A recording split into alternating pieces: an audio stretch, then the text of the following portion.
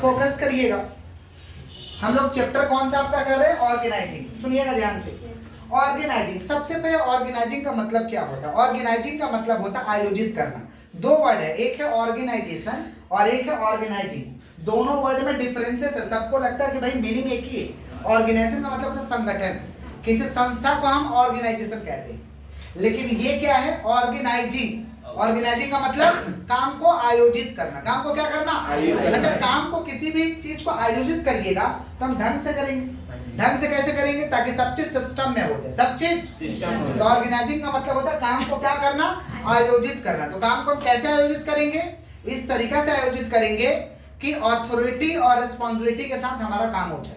Authority और responsibility के साथ काम हो जाए। लेकिन काम को जैसे तैसे ऑर्गेनाइज करिएगा तो आपका काम फेल हो जाएगा।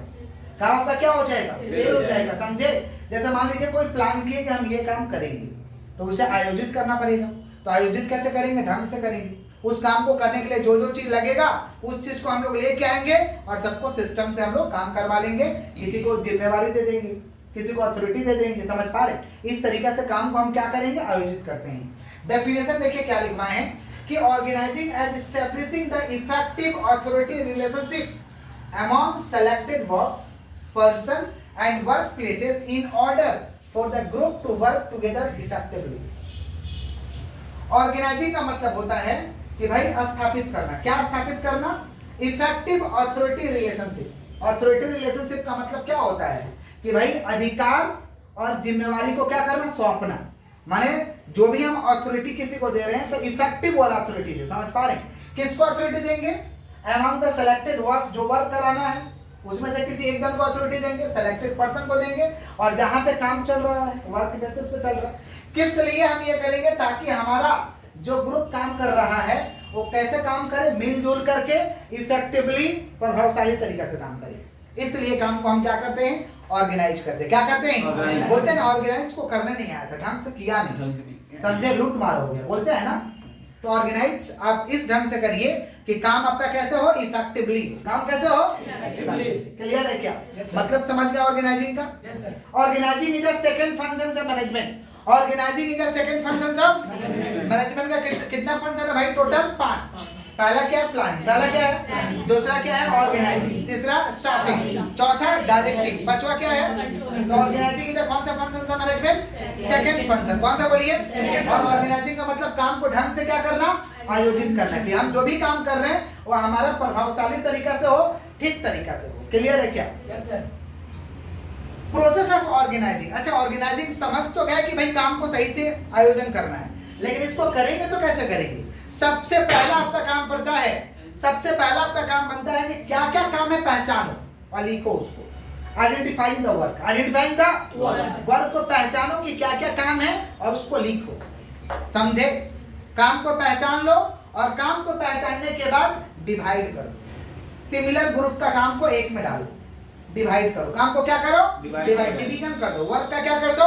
डिवीजन। और डिवीजन करके ग्रुपिंग द वर्क कर दो। माने सिमिलर नेचर का जो काम है उसे एक एक ग्रुप में रखो। माने अलग अलग ग्रुप कर दो और उससे संबंधित जो जो काम है, समझ पा रहे हैं, सिमिलर ग्रुप में उसको डाल दीजिए। सिमिलर काम को सिमिलर ग्रुप में डाल दीजिए। इसको हम कहते हैं ग्रुपिंग द वर्क। क्या कहते हैं हम लोग? Grouping the work. समझ रहे हैं कि नहीं समझ रहे? पहला काम क्या करना है? काम क्या है भाई? पहचानिए तो सही, समझे? नहीं तो ऑर्गेनाइजिंग करने में दिक्कत हो जाएगा। पहले काम क्या पहचानिए, काम क्या है, अब फिर ग्रुपिंग कर दीजिए। समझ पा रहे? क्योंकि अकेला सारा काम करना तो पॉसिबल ही नहीं। अकेला सारा काम करना पॉसिबल नहीं। समझ रहे हैं क्या बोल रहे हैं कि नहीं समझ रहे?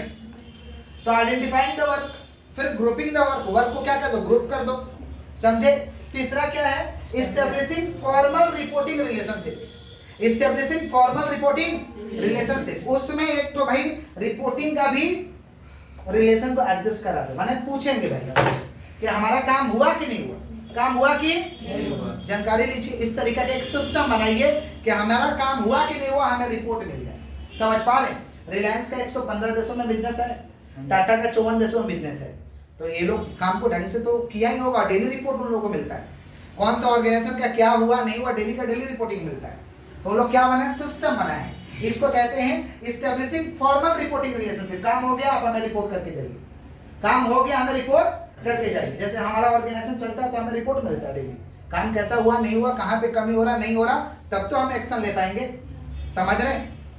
जैसे अभी जानकारी हुआ कि 10 बजे के बाद काम ठीक नहीं हो रहा है, 10 बजे के पहले काम ठीक हो रहा है, 10 बजे के बाद काम ठीक नहीं हो रहा, तो ठीक किया जाएगा, बात खत्म। पता चला तब तो।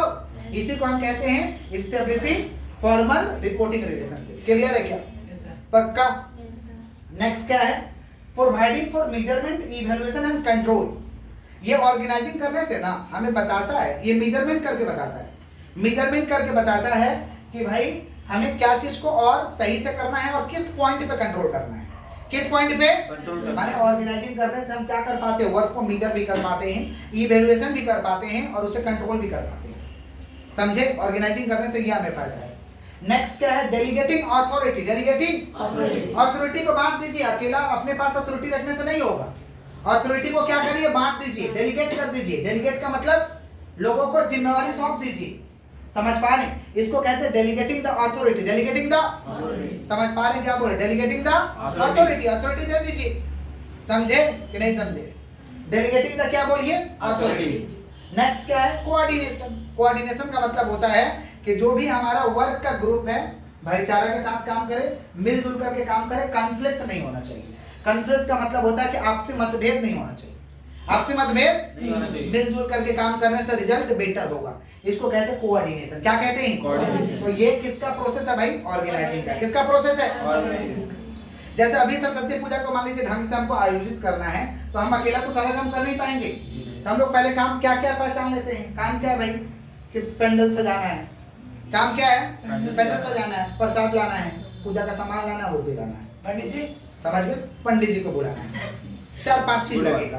काम पहचान लिए, तो बच्चे लोगों में से किसी को दे दो कि भाई आपको सजाना है, लड़का लगेगा तो जो 4 जन को बोल दीजिए, कुछ को टीम बना दीजिए, सजा देना है, सब काम कंप्लीट कर देना है। एक तुमको दे दिया, मैं मूर्ति किन कर रख दिया।